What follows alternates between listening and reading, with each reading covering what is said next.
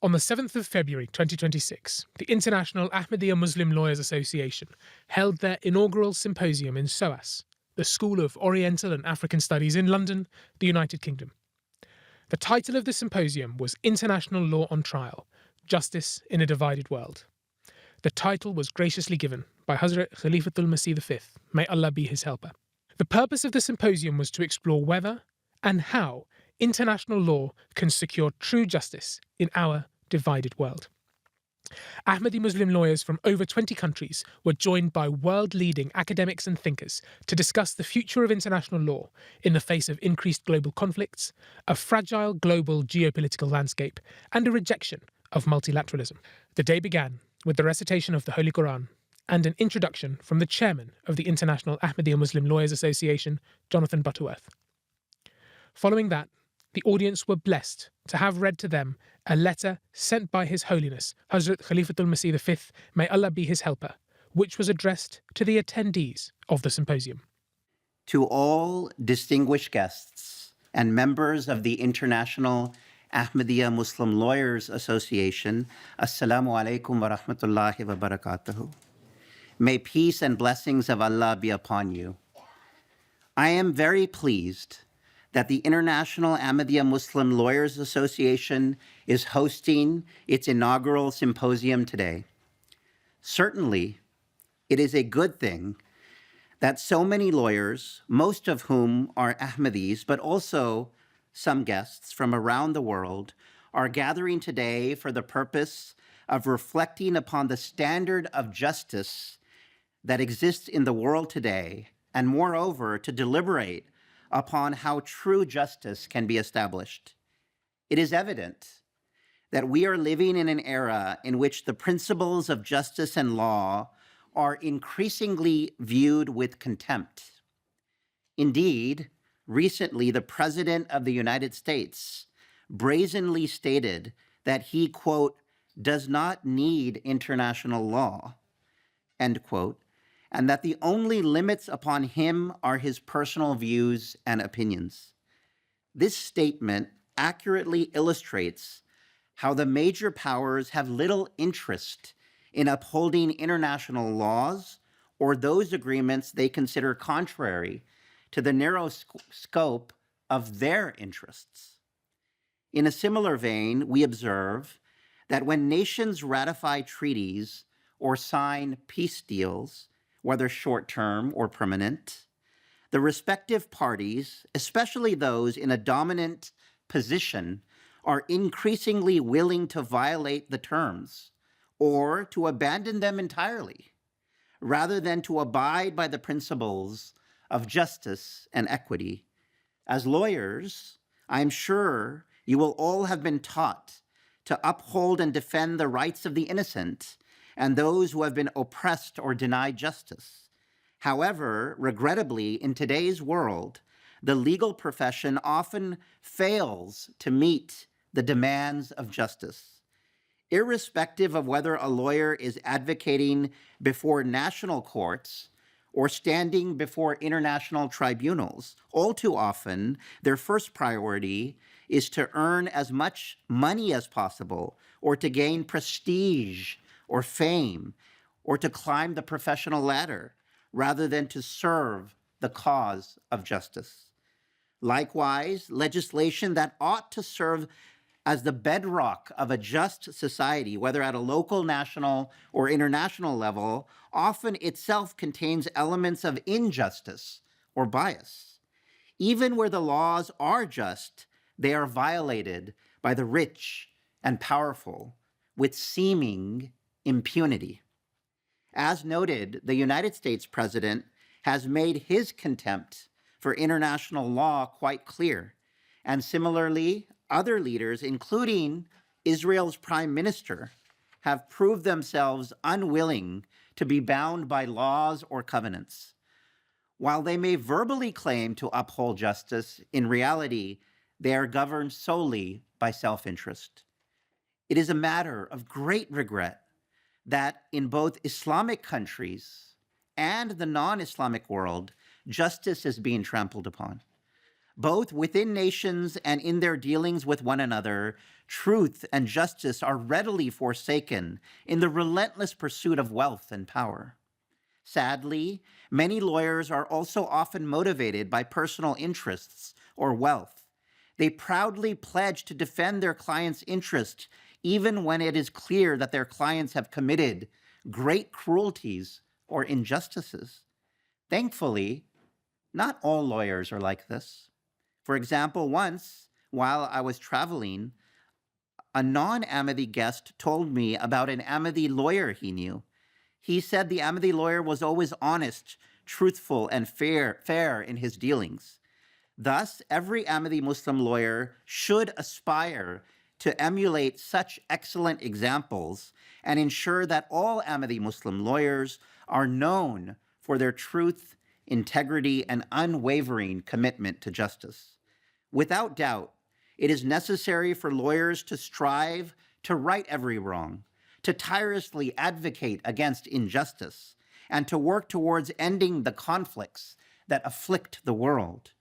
Indeed, this is a foremost duty for all Ahmadi Muslims and is the reason that I, for over 20 years, have been urging all nations and all peoples to adopt true justice and to strive for peace and security in the world. The history of the Ahmadiyya Muslim community attests to the fact that both as a community and individually, we have always striven for the establishment of peace and justice. In terms of the legal profession, one of the most eminent and distinguished lawyers of the 20th century was an Ahmadi, Sir Chaudhry Zafrullah Khan Sahib. Throughout his life, he played an outstanding role in advancing the cause of peace and justice. Uniquely elected both as President of the United Nations General Assembly and of the International Court of Justice, he faithfully upheld the demands of truth and justice at all times, and forever sought to defend the rights of the weak and innocent with fearless conviction. He was never swayed by any vested interest, nor was he ever motivated by personal desires. Certainly, his example ought to serve as a model for all lawyers, especially those who are members of the Ahmadiyya Muslim community. In terms of Islam, the Holy Quran has presented a golden principle for establishing justice. It states that the enmity of another should never incite a person to act unjustly. Furthermore, it proclaims that one should be prepared to testify even against themselves and their loved ones for the sake of upholding truth and justice. However, instead of aspiring to such a magnificent standard of justice, it is observed that some lawyers are inclined to give poor advice to their clients in order to needlessly prolong cases and ensure that their legal fees continue to accumulate. At the international level and with regard to relations between nations, the Holy Quran states that if two nations enter into a dispute or conflict, it is up to other nations and relevant parties to strive to reconcile them. Thereafter, if after reconciliation is achieved, either party violates the terms of the agreement or the ceasefire, as is often the case in today's world, other nations should unite and use whatever pressure or force is necessary to end the injustice. After the conclusion of the Second World War, the United Nations was established for this very purpose, to maintain international order, peace, and security. Yet, it is starkly apparent that it has failed to fulfill this fundamental objective. I am sure some people are genuinely striving for the United Nations to fulfill its mandate and maintain international order. However, their efforts are being suppressed and frustrated by those seeking to advance their vested interests. Thus, selfishness continues to prevail over justice. It was for this reason that the League of Nations collapsed, and it is for this reason that the United Nations is now crumbling before our very eyes. Previously, there were only signs of the organization's decline, but today, its failure and impotence are unmistakably clear. Thus, at the World Economic Forum recently, the Canadian Prime Minister declared that a new world order is emerging in which multilateral organizations such as the United Nations are being ignored and relegated to irrelevance. Instead, he noted, countries are forming their own blocs and alliances based on their particular interests. In light of all of this, the question before all of you is, how can justice prevail, and how can you as lawyers fulfill your obligations to defending the rule of law and the principles of justice? Words alone, no matter how grand or lofty, are meaningless. Hence, no matter how much one claims to desire peace or strive for justice, until genuine action is taken, nothing shall be achieved. In terms of practical efforts, Islam teaches that one should not seek only their rights. Rather, one must equally harbor the resolve to uphold and secure the rights of others. Only then can true justice be established. Yet, what justice can be expected in a world where major powers have a trump card in the shape of a veto power? This inherent injustice is something that I have, for over 2 decades, highlighted as a fundamental barrier to peace and security. Moreover, while those who work within the United Nations or other multilateral institutions, whether lawyers, experts, think tank representatives, or policymakers, are expected to deliver justice, they are constrained by those who fund their institutions or pay their salaries. Rather than standing up for what is right, all too often they take positions or reach decisions that align with the interests of their paymasters. In such a situation, how can justice and peace prevail in the world? Whether you will admit it or not, the truth is that those advocating before a court, whether at a local magistrate level, the High Court, the Supreme Court, or international tribunals, are often at the mercy of vested interests. In all too many cases, victory lies not with the truthful, but to the party with the deeper pockets. Moreover, many within the legal profession fear retribution from the rich and powerful, and so are too often guided by self-interest, self-preservation, and the pursuit of wealth at the expense of justice. Regrettably, in certain instances, such fears are well-founded. In recent times, cases have come to light in which very senior lawyers or judges who sought to pursue justice have faced threats, sanctions, and career destruction. Their reputations are left shattered. They are threatened and intimidated simply because they are unwilling to follow the dictates of the powerful.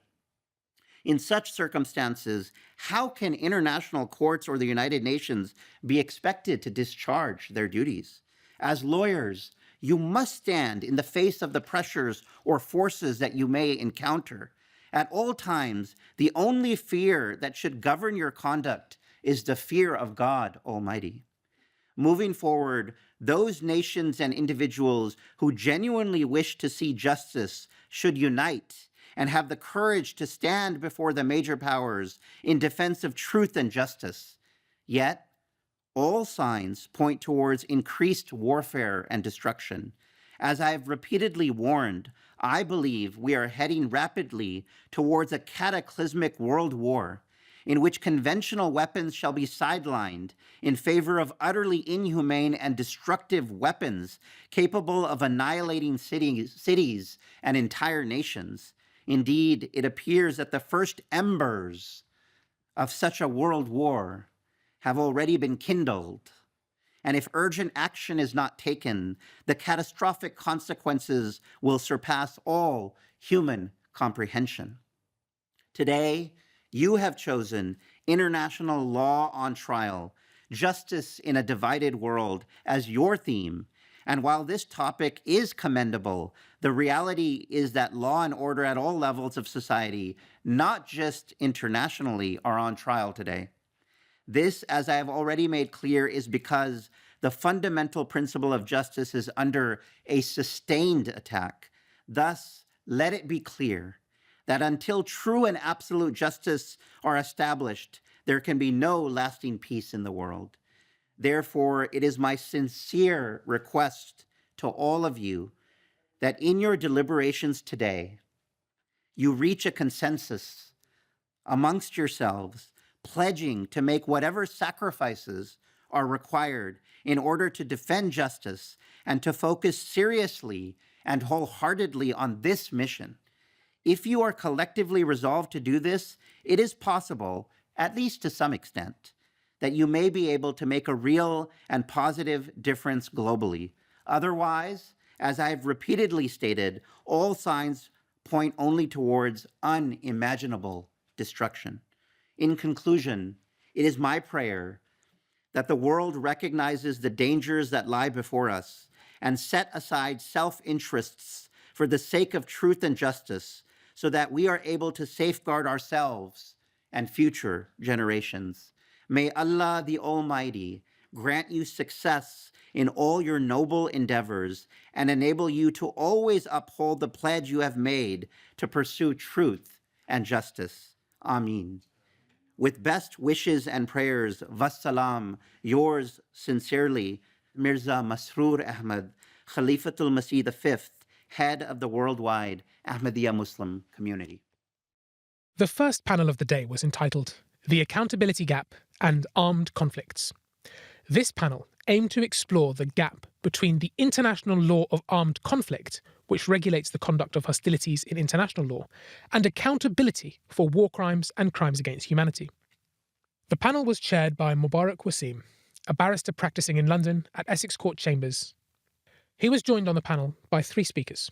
Dr. Nada Ali is a full-time lecturer at SOAS in international law, whose research principally focuses upon the impact of international rules on developing countries. Dr. Ali's talk focused on the failings and shortcomings of international humanitarian law to the situation in Sudan. She discussed the conflict in Sudan and the ways in which it illustrates the limits of international humanitarian law. In defense of these actions, a spokesperson for the armed forces intimated that the legitimacy of its actions is comparable to the legitimacy of the US action in Iraq, where collateral damage was acceptable given the military objective in question. So what does this say about international law? I think that the events in Sudan and Gaza are sobering in that they suggest a couple of things.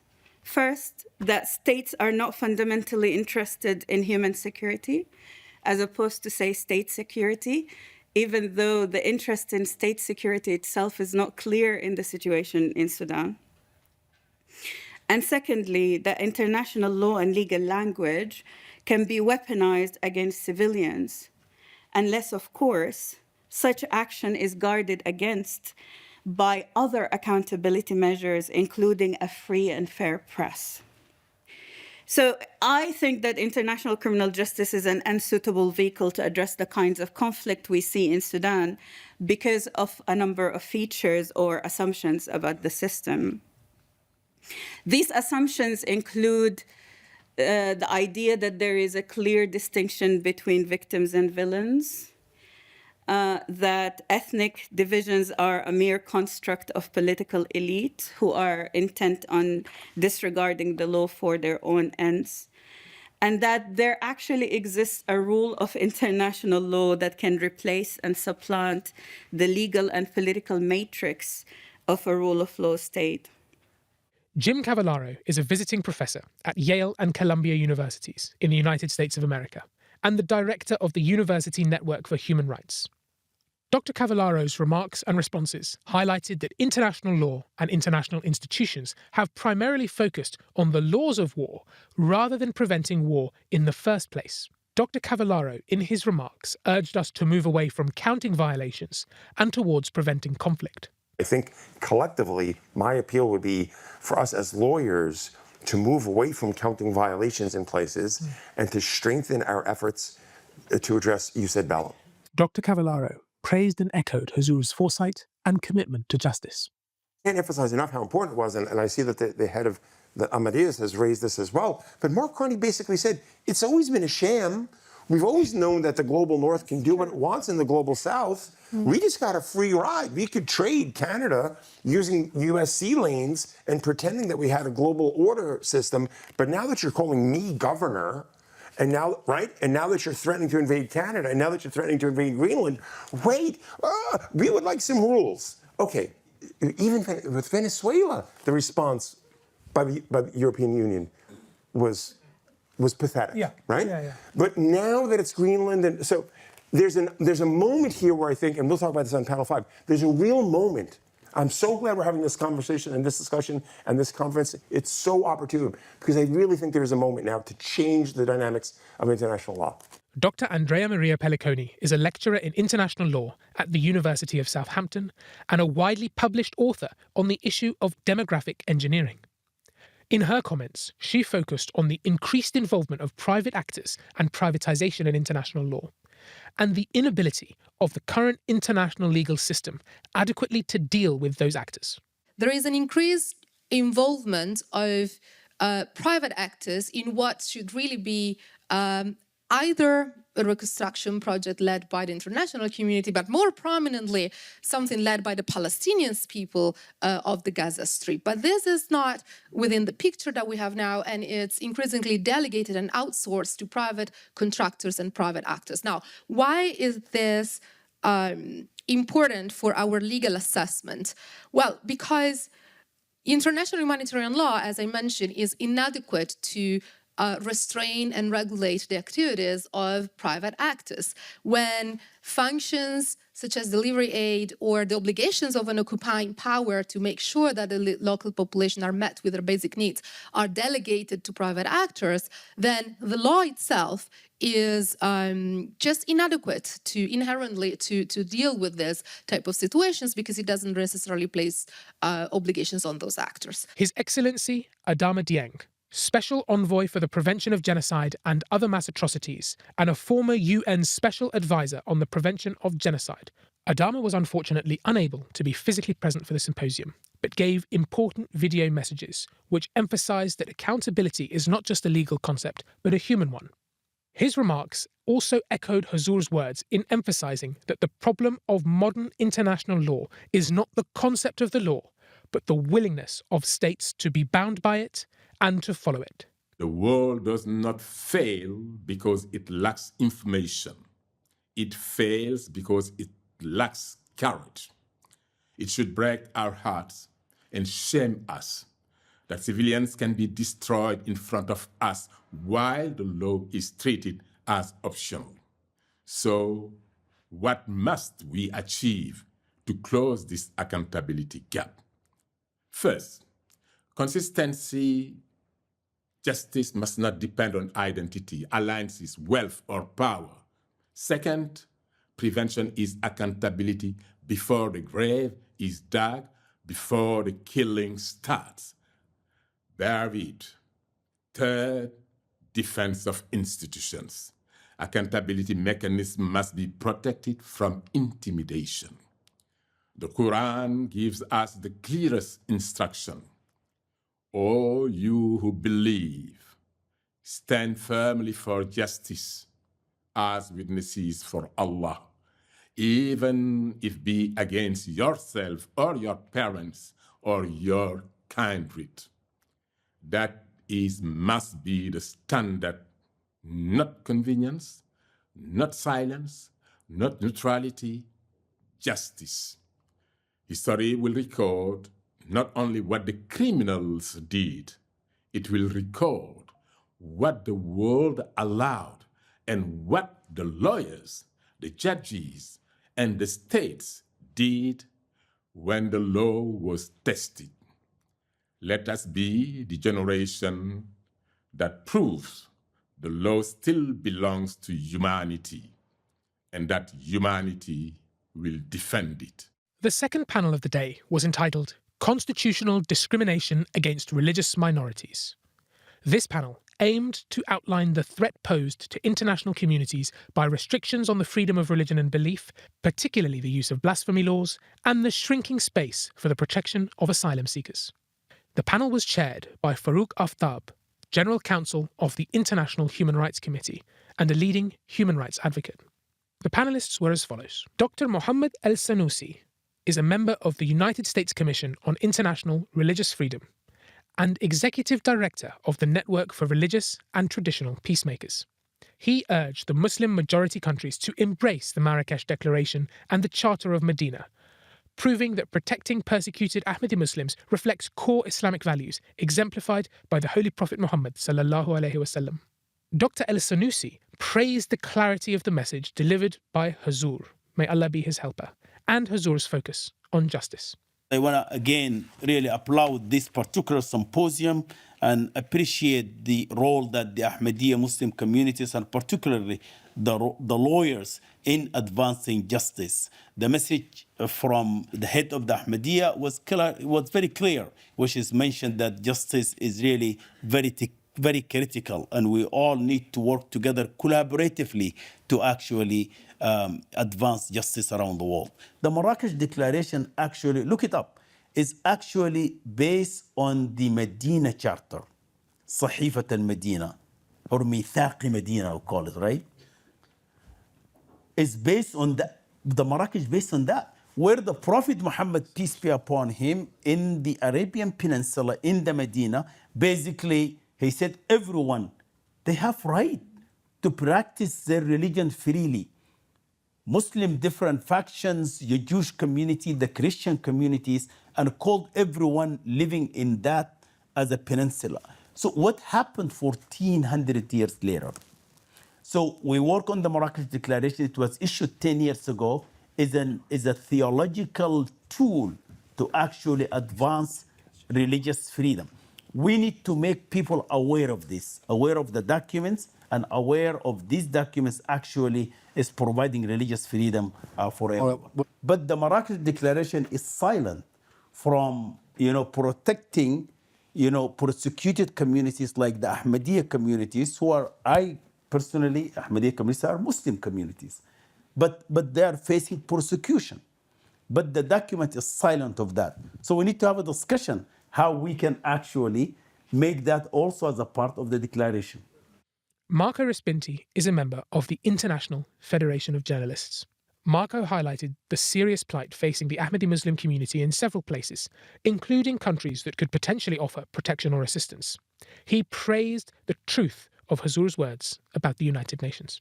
The public. The case of the Ahmadiyya Muslim Jamaat is serious, even bloody, in several places. Yet the majority of the people, including those living in countries that could potentially offer protection or assistance, remain largely unaware. They often do not know who the Ahmadis are, simply, what they believe, or why they are persecuted to the point of death. For this reason, I initiated a modest and informational project consisting of a video documentary, which I am filming and doing through the auspices and collaboration of the International Human Rights Committee, which I do thank. IHRS has been a source of very important material on the persecution of the Ahmadis that one doesn't usually find in media. It will illustrate my documentary, and I had the privilege to interview for more than an hour His Holiness the Caliph privately. He's been so gracious to grant me that possibility. Dr. Nicholas Levrat is the UN Special Rapporteur on Minority Issues. Dr. Levrat warned that the United Nations system faces a credibility crisis as countries ratify human rights treaties yet maintain discriminatory laws, like Pakistan's anti-Ahmadi provisions, without enforcement or accountability.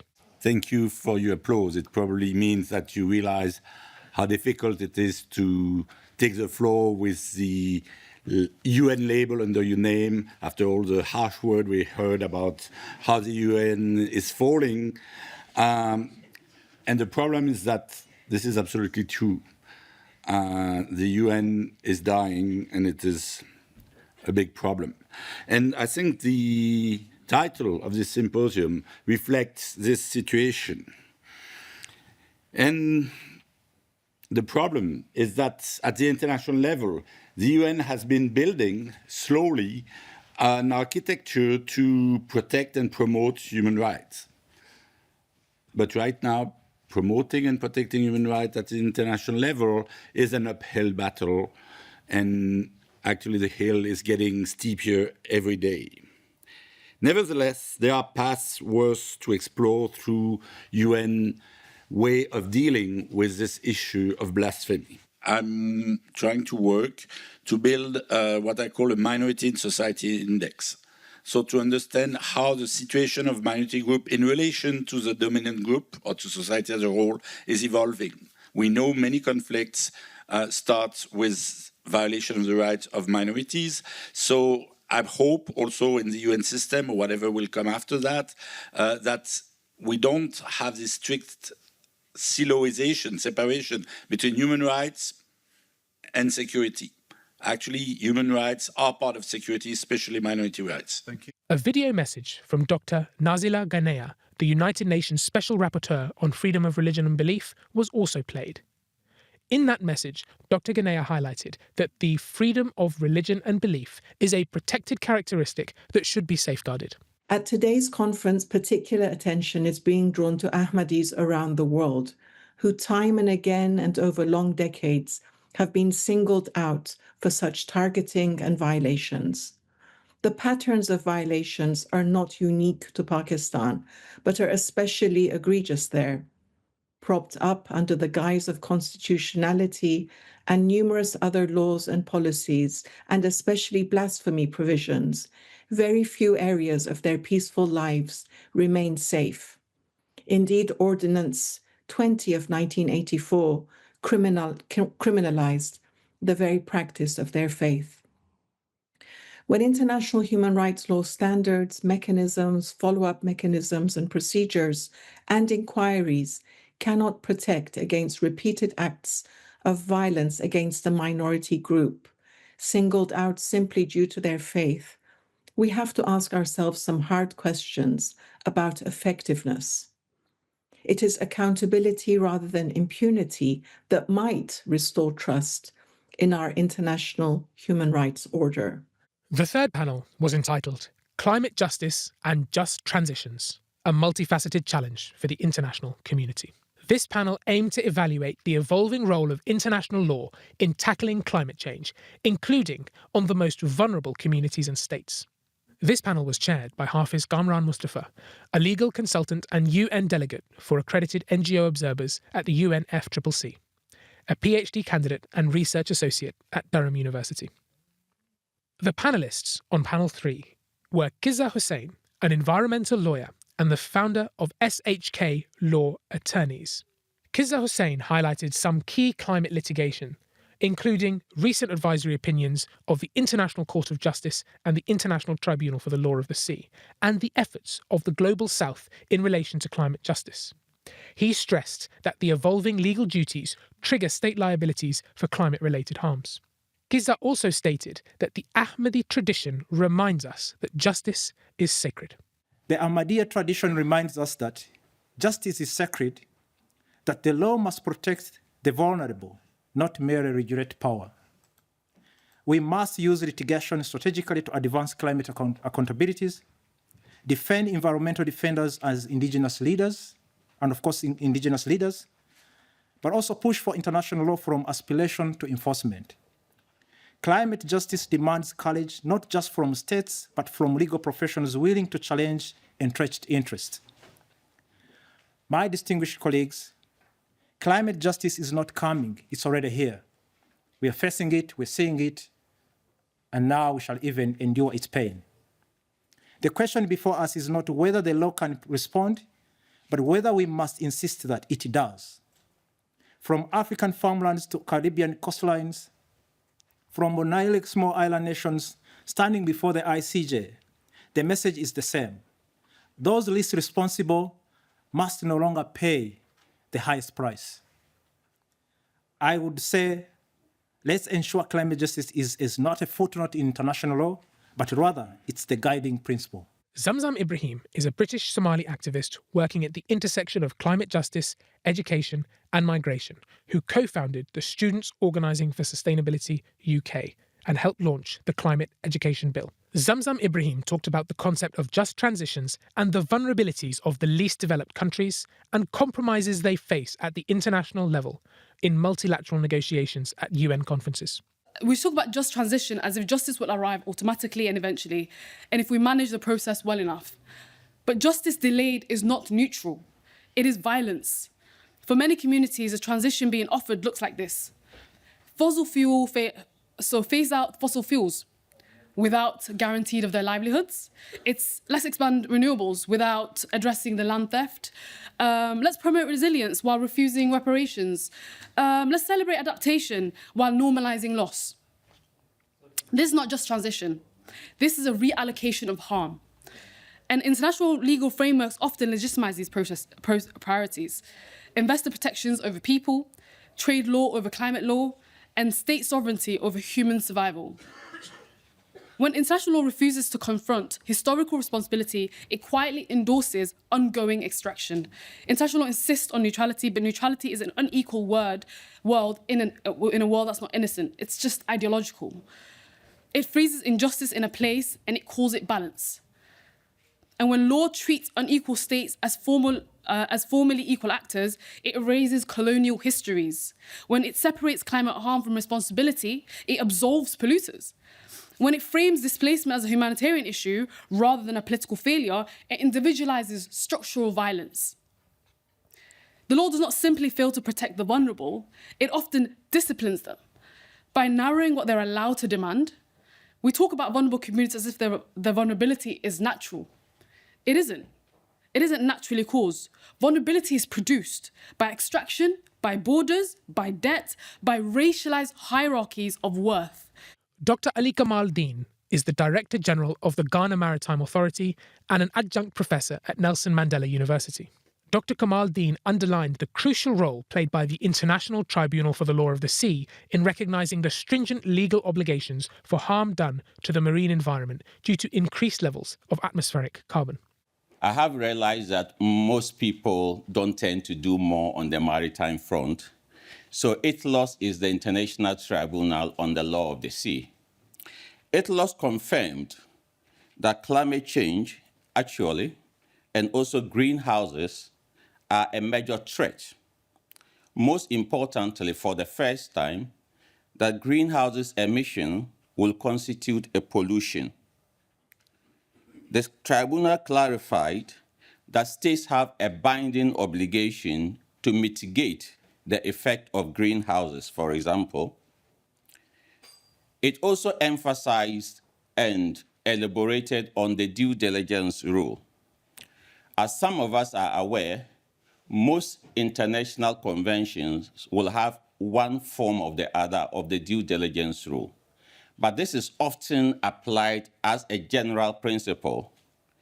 In that most recent decision of ITLOS, it became clear that this is a stringent requirement and that it also imposes clear obligations on states to comply with. Therefore, for developing countries and those in the global south, we can demand a number of things.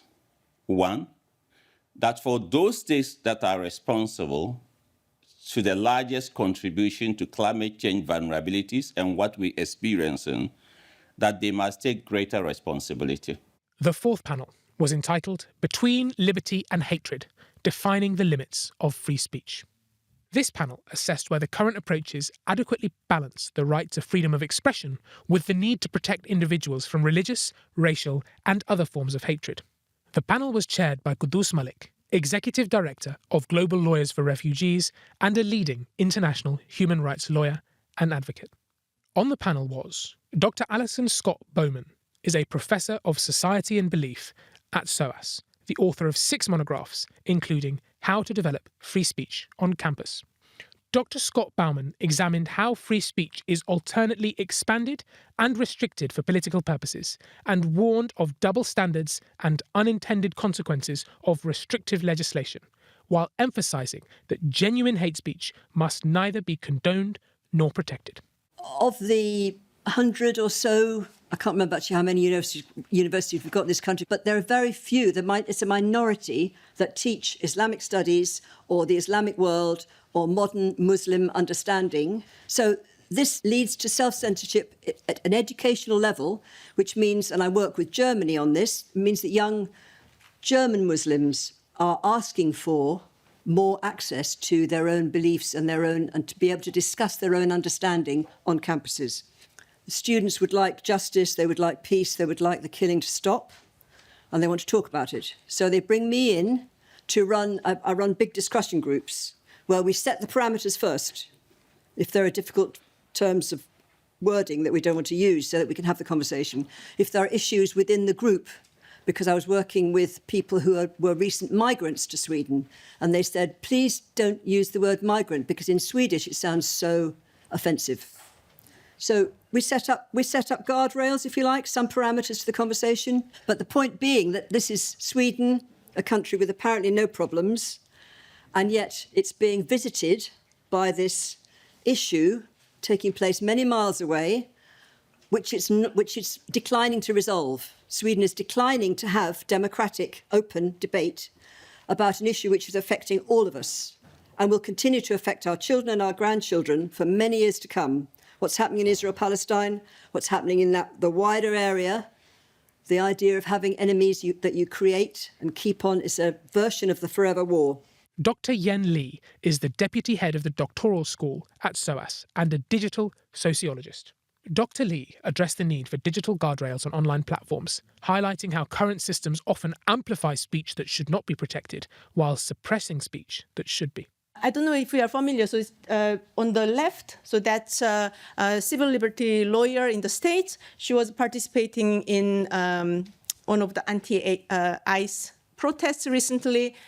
And this picture was on the right. That picture was from the White House official Twitter X account. Basically, they posted this AI manipulated picture. So on the left, the actual what happened on the day was that she was courageous, she was calm when she was arrested. But they created this video image of her being hysterically crying, resisting, and they posted that. So now, and people were kind of okay with that, or at least, what can we do? And even the White House, they were saying that, oh, it was just a meme. It was a meme, so we just forwarded. I have no responsibility there. Peter Oborn is Associate Editor of the Middle East Eye and a former political columnist at the Daily Mail and the Daily Telegraph. Peter Oborn reflected on the erosion of journalistic integrity, neutrality and fairness, explaining how entrenched power and political pressure have made it increasingly difficult to report uncomfortable truths about bad actors. And the first point, of course, is then there is no such thing as free speech. It doesn't exist, and nor should it. The primary issue today is the attempts by the most dangerous issue of the right to legitimise attacks on minorities. We thought we'd got rid of racism in the 60s, really 70s. Something profound happened, but we're now getting it back. The use of disgusting racial terms is now defended on the basis that it's free speech. The fact that there is the right is demanding and insisting on a special exemption to defame and attack British Muslims. Actually, it's an extraordinary business, this. The concept of Islamophobia is actually denied, that there isn't such a thing, even though there is anybody with open eyes in our society can see that there is. The attendees of the symposium were also able to watch a short video produced by MTA International on the life and work of Hazrat Chaudhry Muhammad Zafarullah Khan Sahab, drawing on interviews from those who know his work and his personal life to explain how such a luminary was forgotten by Pakistan. He was such an extraordinary man with such great prestige in the UN. I think he's been a forgotten figure. His history, if you like, is blotted out deliberately by the government. In London, outside King's College, they celebrate this great alumnus. And here's a country whose citizen he was, does not even want to mention him in the textbook. Uruguay, Venezuela, Yemen.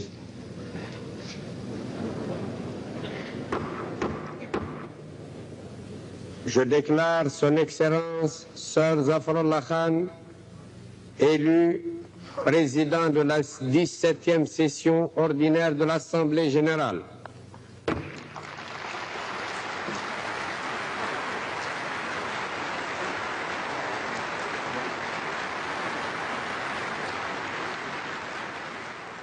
I am deeply moved at the honor you have done me in electing me to serve you as President of the General Assembly. I am deeply conscious of the heavy responsibility this mark of your confidence places upon my shoulders. And I pray God humbly, sincerely, and earnestly of His grace and mercy so to guide me in His wisdom that in the discharge of my responsibilities I might prove worthy of your confidence. Sir Muhammad Zafrullah Khan was one of the principal architects of Pakistan's foreign policy and one of the most influential Muslim statesmen of the 20th century. At the birth of Pakistan, few men were as trusted or as indispensable as Sir Zafrullah Khan. Sir Muhammad Zafrullah Khan is the Minister of Foreign Affairs of Pakistan. A lawyer, scholar, and statesman, he is one of the most distinguished of Muslims and is particularly known for his religious fervor. He was president of the All India Muslim League in 1931, leader of the Indian delegation to the League of Nations Assembly in 1939, and more recently, leader of the Pakistan delegation to the United Nations. Pakistan will do all that might lie within its power towards the alleviation of all forms of human suffering and distress, and the promotion of beneficent cooperation among the nations for the general raising of standards of living and the fostering of liberty and tolerance throughout the world. The years following the Second World War marked the collapse of empires and the emergence of new nations. India, Pakistan were the first examples of states that became independent after the Second World War. So both Pakistan and India then led this vanguard, if you like, to encourage further developments, further decolonizations. Zafrullah Khan was effectively the spokesman for this early period of decolonization. Evil is the denial of the brotherhood of men, of all men, whatever the color of their skins, white, dark, brown, or yellow, and the arrogant assumption that certain sections of mankind are entitled as of right to exercise domination over other sections of their fellow beings, irrespective of whether this domination manifests itself in Korea, in Indochina, in Tunisia, in Morocco, or elsewhere. He was highly skilled because, of course, as a statesman in colonial India, he was making the same arguments. So he was supporting the independence of Morocco, Libya, Tunisia, and of course in Indonesia. And not only has there been no refraining on the part of the dominant power from acts or measures likely to aggravate the tension that then prevailed, but the tension that today prevails is more acute.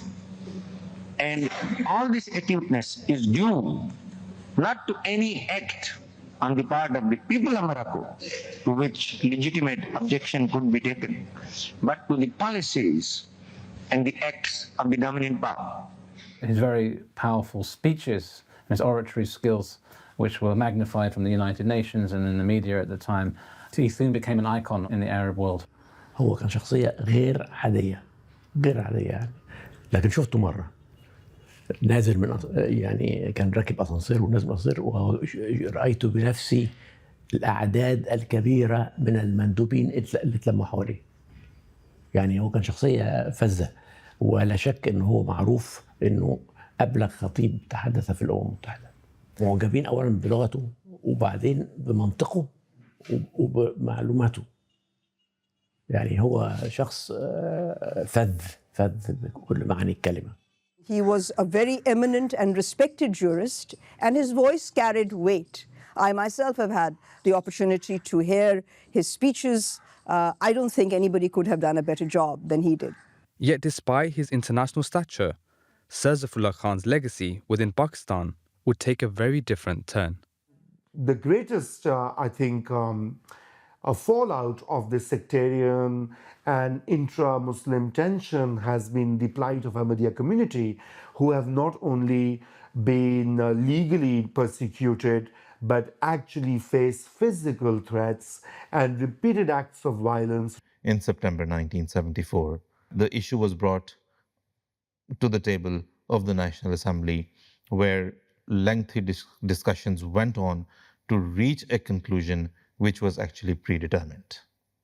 And Ahmadis in the Constitution of Pakistan were declared non-Muslims. So Hazrat Zafrullah Khan Anhu, being amongst the forefathers of the nation, his name has been totally erased from all textbooks. He is just simply not there, as if he was non-existent. I find it very sad when I think of what his dreams must have been, what his hopes must have been. And he was such a champion of minority rights himself.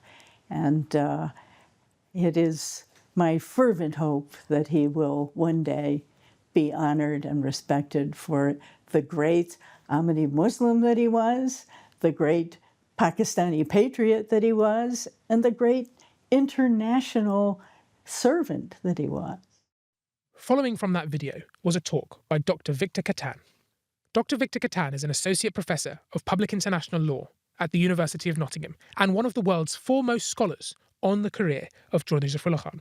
In his talk, Dr. Katan outlined the illustrious career of Chaudhry Zafrullah Khan and emphasised that he was someone who always stood up for what he believed in, even when he had to stand against the whole world. Sir Zafrullah played an important role not only in the history of Pakistan, but also in the early period of decolonisation that saw several nations in North Africa, the Middle East, and Southeast Asia become independent nations. He was one of those statesmen who knew how to navigate the corridors of power at both the League of Nations and the United Nations. And so this is an important moment to also learn about the politics inside the International Court of Justice in the 1960s. It also provides us with an insight into the moral integrity of Sir Zafrullah, who always stood up for what he believed was right, as we saw in that video, even if he had to stand against the whole world, even if he was the obstinate one saying no, no, no, he was that person. So Zafrullah Khan belonged to those elder statesmen whose lives spanned 2 world wars. He was articulating self-determination at a time when the nations of the Third World were still a minority. So the irony is, you said he was a dissenter, he was on the losing side in 1947. The irony is, had that debate taken place 10, 15 years later, he would have been on the winning side. That's right. Exactly. Because in 1947, the European states were still the majority in the political organs of the United Nations. So he lost on numbers, but his argument won in the end because the UN proclaimed this right 13 years later, and now it's customary international law. Now it's considered a jus cogens norm of international law. So his arguments were the ones that won.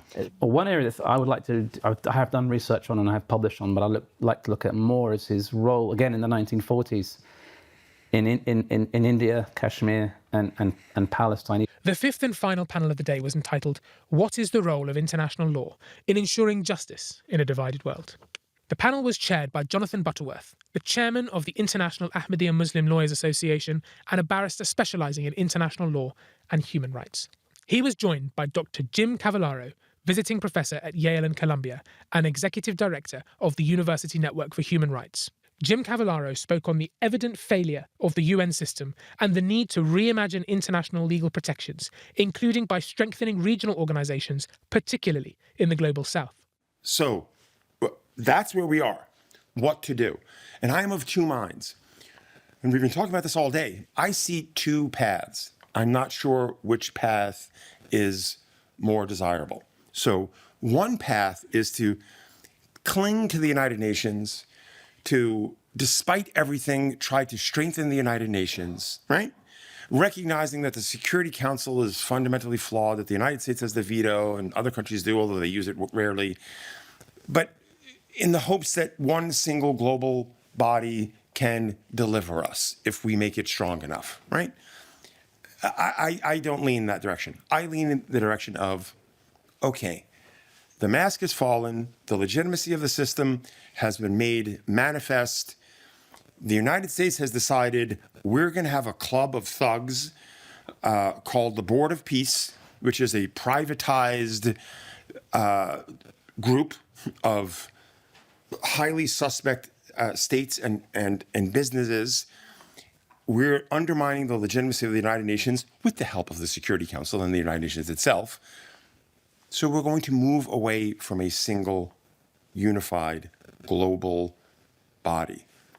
And if that's what's happening, then I think we need a competitor.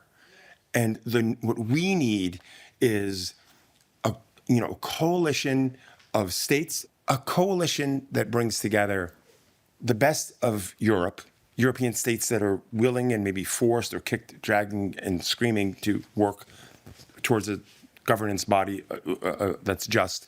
States in South America and the Americas, in the global South, South Africa, other regional leaders, Kenya, Nigeria, in Africa, Asian countries, India, Indonesia, China, bring those states together and use the economic and other pressure of those states in a body.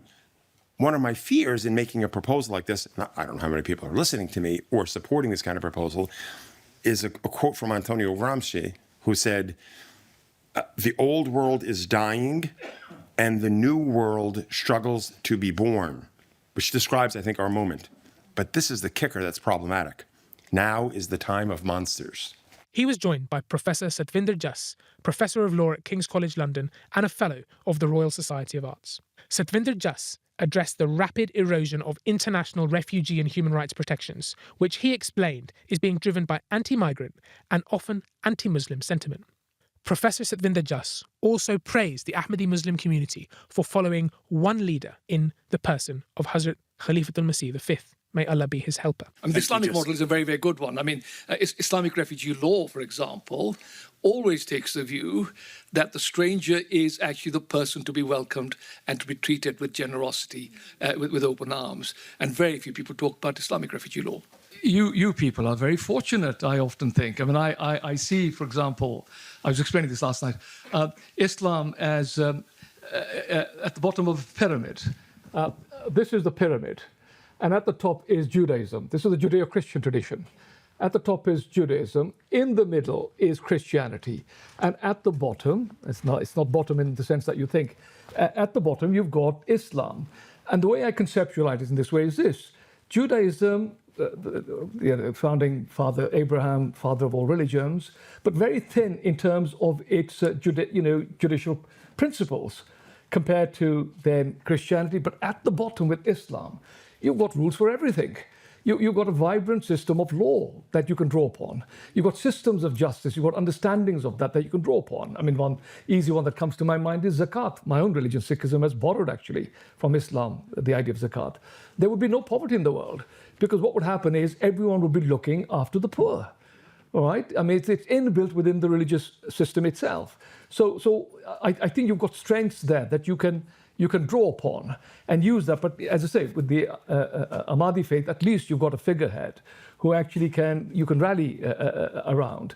The one other thing that I've often thought about, which hasn't been touched upon in relation to Europe and the West, which I think is worth thinking about, is this. I often think about Islam as a competitor, rival religion to Christianity. So forget not the fact that Islam had pretty much taken over the whole of Europe in the Middle Ages. From 711, much of the Iberian Peninsula is actually controlled by the Moors, right the way through to 1492. That's hundreds of years in Spain and the like and so on. Actually, Europe is run by the Muslim Moors. And then later on, by reconquest, Christianity takes over through Isabella and later on by Ferdinand of Spain. And it's only in 1609 that the Muslims are then expelled from Europe. In many ways, I think the reason why we get these decisions against Islam or this knee-jerk reactions against Islam, I think is that way back in their psyche, many Europeans see this as a competitive rival tradition that they don't want to take over. And I think that is something that you need to think about a bit more, because it's forgotten that for several hundred years, actually, the Muslims actually ruled much of Europe. You know, I was really impressed by His Holiness' message emphasizing this notion of justice. We need to bring justice to everyone. And His Holiness actually talk about everybody has a role to play in order to bring justice. We need that collaborative efforts. If we have justice, we can eliminate all of these discriminations. Justice for everyone, regardless. Even for your enemy, you have to bring justice. So I think we need to just push hard for His Holiness' message. He has been saying this, as he mentioned, over 2 decades now. It is the responsibility of these lawyers' associations for the Ahmadiyya communities to move that forward and to bring this message to the international communities. I thought the message was remarkably lucid. And again, I'm not surprised that you came up with the idea of international law on trial, given what the Khalifa was saying about the moment that we're living in and the threats to the fundamental principles of peace, dignity, equality, national sovereignty of different states, etc. I thought his message clearly set out what the challenges are. And then from there, within the faith-based community that you represent, as a lawyer, where do you bring together your personal values and what I can do with the law? I thought that the section on Zafar Khan was amazing. I mean, because he's such a distinguished man. It's been rather erased in the history of Pakistan. And so to be reminded of him, and particularly in the context of that great apartheid judgment of the mid-60s, I found very interesting by the ICJ, and of course, particularly at a time when the International Court of Justice is now contemplating the matter of a genocide in Gaza. I was absolutely riveted by that. I think it's been a first-class event. I think in the absolute horrible world we're in, when it's important to remind ourselves that they were very good figures, even if that was in the past, and we can learn from them, learn about their lives, learn about their hopes and aspirations, and also how they tried to make a more just world, and indeed succeeded in making a more just world with social media, controlled by billionaires, basically lying, to put it bluntly, about a lot of things. It's important that we have these, figures of good, of hope, aspirational figures, especially for the youth, for people who are looking for another vision, another idea of ordering the world. It doesn't have to be the way that it's going at the moment. I think he's truly a pious man, and he knows that every word he says, God is looking at him, and he has a responsibility to be honest, first of all, in face of God. He cannot pretend. But I also understand that His Holiness says that to warn people, because he adds, unless people will not do something to stop. And we are here to try to begin to do something. And this is why the message from symposia like this should go around the world and alarm people and say, we're living on the verge of an abyss. Let's step back. I was very impressed by the opening remarks of His Holiness. I think for me, the most important aspect of it is the realization that geopolitics matter and the behavior of powerful states matter. And the idea that in order for us to ensure justice for those who are affected by suffering as a result of conflicts, we need to be able to speak truth to power. And for me, that is a very powerful message that I hardly heard from political leaders or religious leaders before. The idea that we could come here together to dissect different topics and issues that are affecting humanity, and then be able to propose solutions. And all these solutions goes back also to action. Because I know the Ahmadiyya community, Ahmadiyya society, they are not just talking. They are on ground implementing action, humanitarian support, ideological discourse. All this is meant to make us be able to be impactful in whatever cause we pursue. So that's why I'm blessed to be here, and I hope for this gathering even next year happens and other years. Virtually every external panelist today cited Hazur's message. A UN official, the Special Rapporteur on Minority Rights, not only did he acknowledge what Hazur said, he even said in his own remarks that indeed Hazur is correct, the UN is dying, and there should be more bravery needed to defend international institutions, and the stakes are, what Hazur said, are cataclysmic. If this is not done by Ahmadi lawyers, this will continue to lead to a raging world war that's already begun. So in many ways, what Hazur is saying, Ahmadi Muslim lawyers have to rise up and stand together like a wall of molten lead to fight against injustice, and we must do so urgently in order to prevent world war. The International Ahmadiyya Muslim Lawyers Association would like to thank all guests, all panellists, and all those who helped to ensure that the symposium was a successful one.